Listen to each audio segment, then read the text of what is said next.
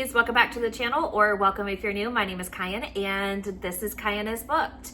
We are continuing to wrap up our 2024 reading, and today we're going to be talking about dark romances.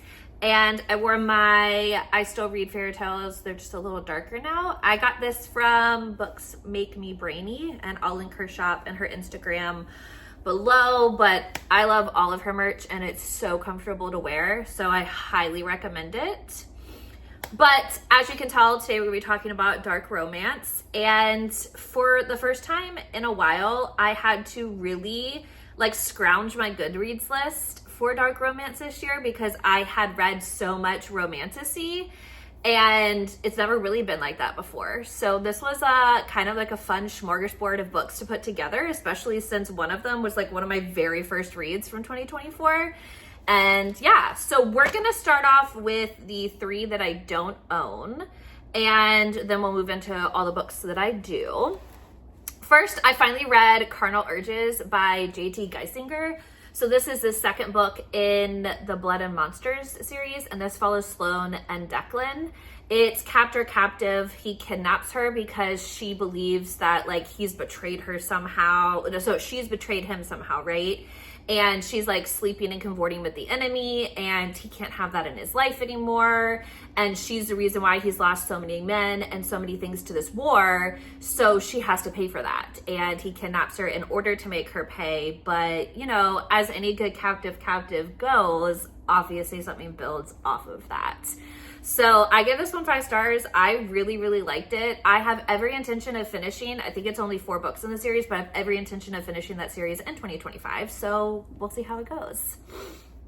Next, I have 2 of my Rena Kents that I read last year. So the first one is Empire of Hate, and this follows Daniel and Nicole, and it's second chance enemies to lovers type situation. So they had a relationship, their relationship starts when they were 8 years old, and something happens naturally and they have a falling out, and then we move into more of the adult life, and Daniel's not able to be in relationships with any type of blondes because, as we learn to find out, that Nicole is blonde, and she's the one that broke his heart and ruined him for everything, so he can no longer sleep with blondes. And as a really big joke, oh my gosh, can I stop saying and? As a really big joke, his friend Knox always sends him blonde strippers or blonde prostitutes, and he gets really upset about it. So Nicole pops back up. Daniel's, what's going on? Obviously there's a level of relationship here, but the reason why she disappeared and the reason why she quote unquote left his life, or the reasons why she ends up in the situation that she ends up in, and the reasons why they didn't end up together are so big, way bigger than 2 kids. And Daniel realizes that it wasn't necessarily her fault, and that there's still the opportunity for them to be together. So that's Empire of Hate. That's the 3rd book in the Empire standalone series. That's gonna be the next vlog that comes out for me whenever I read Empire of Lust, which I should probably get on that. Then we've got Throne of Power, also by Rena Kent, and this follows Kyle and Ray. So there is a duet, All the Truth duet, and this follows Ray's twin sister. But there's a parent trap situation, so Ray's really Raina and Raina's really Ray. That's not a spoiler because it's literally in the blurb, and we all know that heading into this one. So she lives in the mafia side of the world. Kyle was a former bodyguard of hers, and then all of a sudden he kind of just disappears, leaves her life, shows back up as the son of one of the rival families, has always had feelings for her, has always been wanting to focus on her best interests and all of that, and then all of a sudden it turns really super crazy. And I can't go into too many more details because I don't want to give up too much of what the plot is within this one, but just know there's some betrayal, just know that there's some drama, just know that ultimately Kai and Ray are meant to be together. We've just got to get through all of the ancillary mafia BS on the other sides to make sure that our 2 can be together. And it's very dark, it's very gritty. I really love the fact that there's not anything that Kyle won't do for her, and vice versa. So those are the 3 that I don't own as of right now. I may or may not have the Throne of Power on pre-order from somebody, because Rena Kent's been getting a lot of special editions recently, but I just can't remember. All right, so we're gonna launch into the books that I physically have. So the first book, the one I was kind of alluding to at the beginning, is gonna be Hans by S.J. Tilley. And this is the Dark and Disturbed editions that I'm obsessed with them. So this one just came out. This is book 4 in the Alliance series, and this follows Han and his neighbor. Hans. He is, oh wow, I can't show that. Sorry, got distracted. There's some art in here. And what's up? Anyways, so he has this thing for his neighbor Cassandra. Like, she had just moved in, and from like his, what do they call those things? Those rooms that they have, his control center inside of his house, obviously, because he's some badass assassin, and he has a control center inside of his house.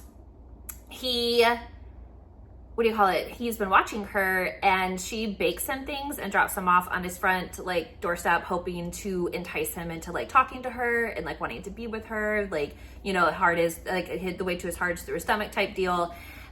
And he becomes like really obsessive over her and follows her places, and they kind of slowly start to hang out. I don't want to give too much away from like a plot perspective, but the way this man's willing to like lay down his life and like blow buildings up for her, and just there's nothing that he's not willing to do.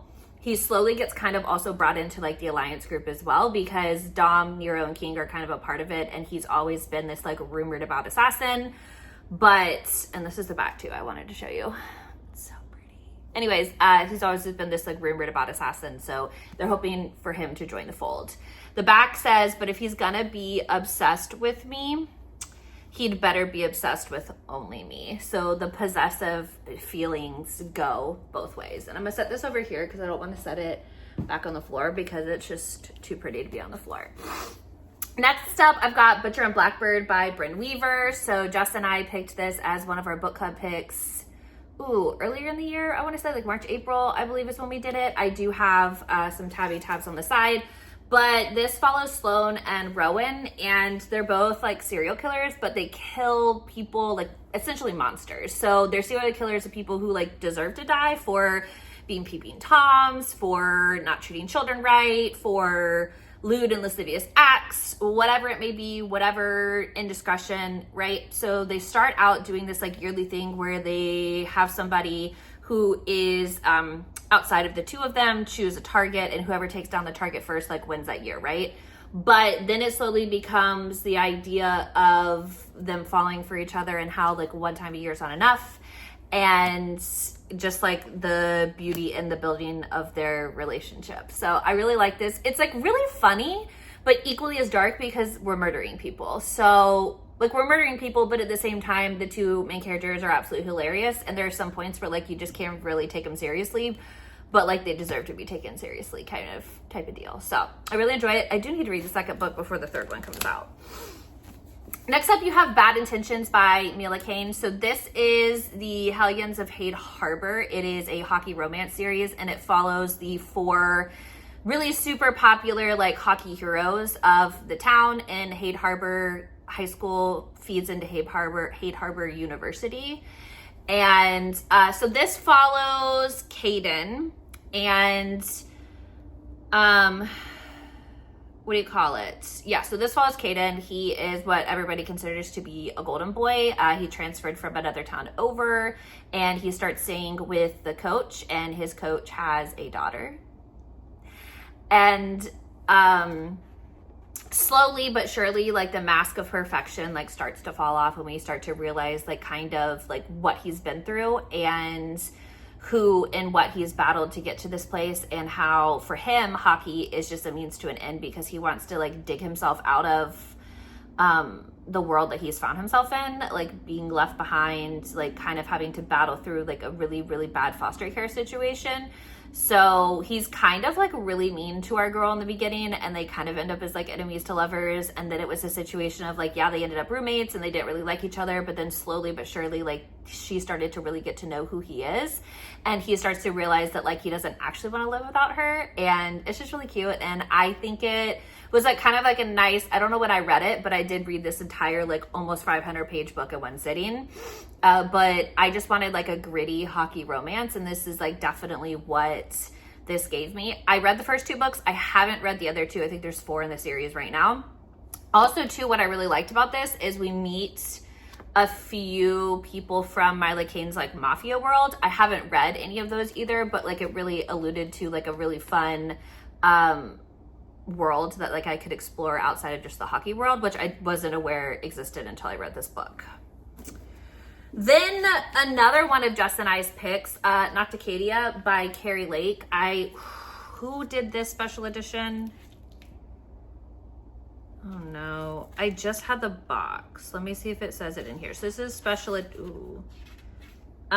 Lit Haven did this box, and it's signed. Right in here, there's like really pretty, hang on. There's like really pretty art as well. I got one of like the scratch and, I don't want it like the scratch and dent, but there's that. It has really pretty sprayed edges. All right, so this one we read, and it's my first Keri, it's my first everything. It was so interesting. It was kind of just like so effed up there in the beginning too. So like, how do I explain this in a way that like doesn't make me sound insane? I don't know. So Lila watches the death of her mother, but it's not a common death. Like her mom slowly starts to degenerate over time, and it's a disease that nobody is able to really pick up. So she wants to go to the prestigious university to study under a specific doctor to see if she can come up with a cure of this disease that nobody understands, right? So she gets into the university as like a scholarship student, and she's living like in a really bad situation. Her mom dies. She's living with the mom's boyfriend at the time of her death, and he's not a great guy. And the guy who is hanging around or whatever, creepy whatever dude. So we get over here, and this is a student professor romance. So like she slowly starts to find herself falling for the professor she wanted to work under, because like he's captivating and she's really like into him, but also at the same time, you know, like his mind and his studies of everything. But, you know, we really start to figure out like why he's studying things, and we unearth some like pretty intense secrets about her past, but also to like what made her mom into who she is today.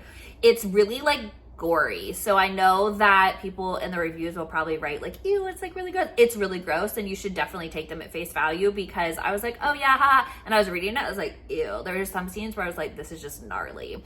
So definitely take that with a grain of salt. Just understand that there's some like weird moments in here. Also, I really did like the dynamic between like the professor and the student, and it feels like less weird because it's like a college situation versus like a high school situation.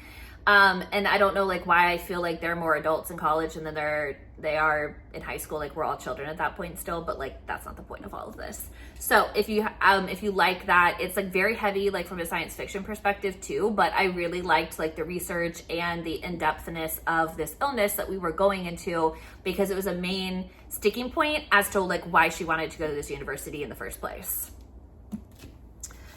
Then I read the Mindfuck series. And this is by St. Abbey. I don't know what version of this book it is. I know it's not the OG cover with the apple and the nails in it.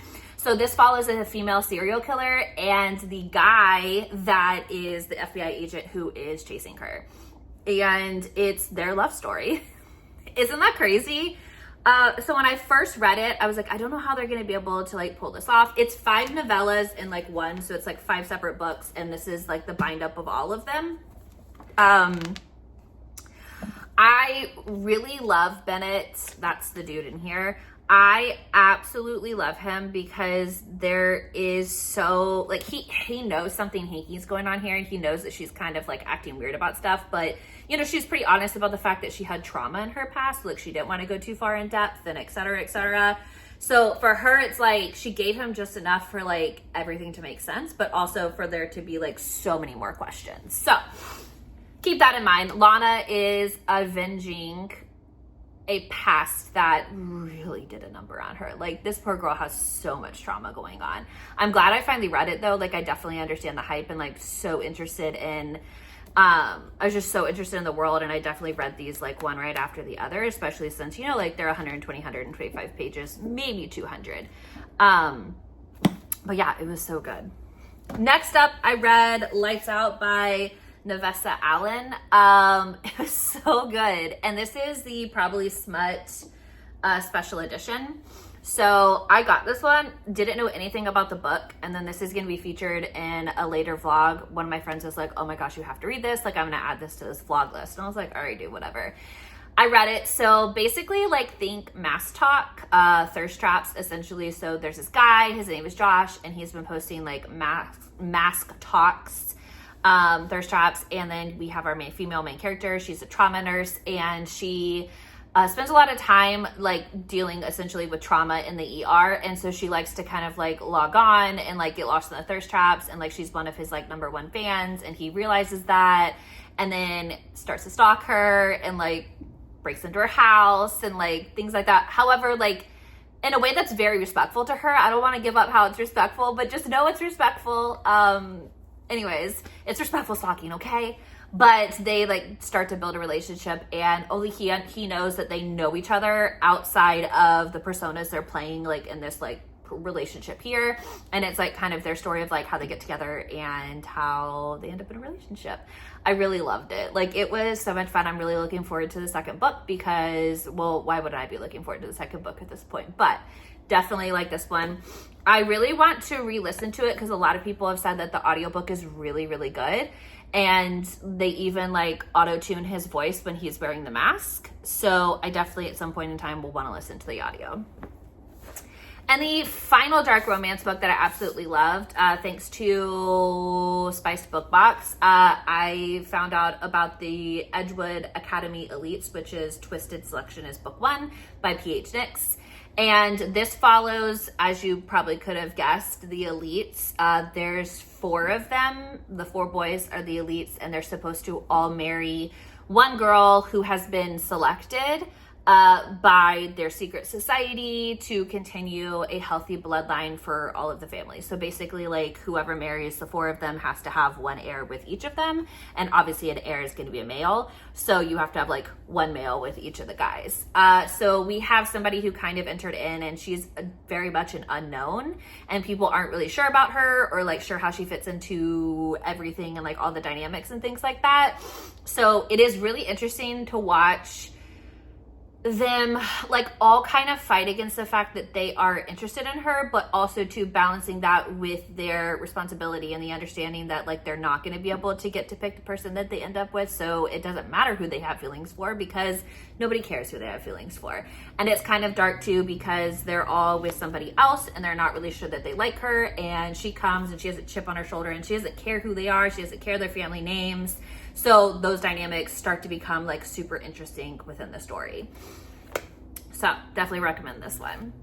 And yeah, those are the 10 dark romance books that I absolutely loved in 2024. Let me know, as always, in the comment section below if we have any that are the same, or if you added any of these to your 2025 TBR. Like, I'd be definitely super interested in hearing about that one. If you're not already a part of the Kind is Booked community, please hit that subscribe button so you know when I post any other content. And yeah, that's all I've got for you today. As always, I'll catch you in the next video. Bye.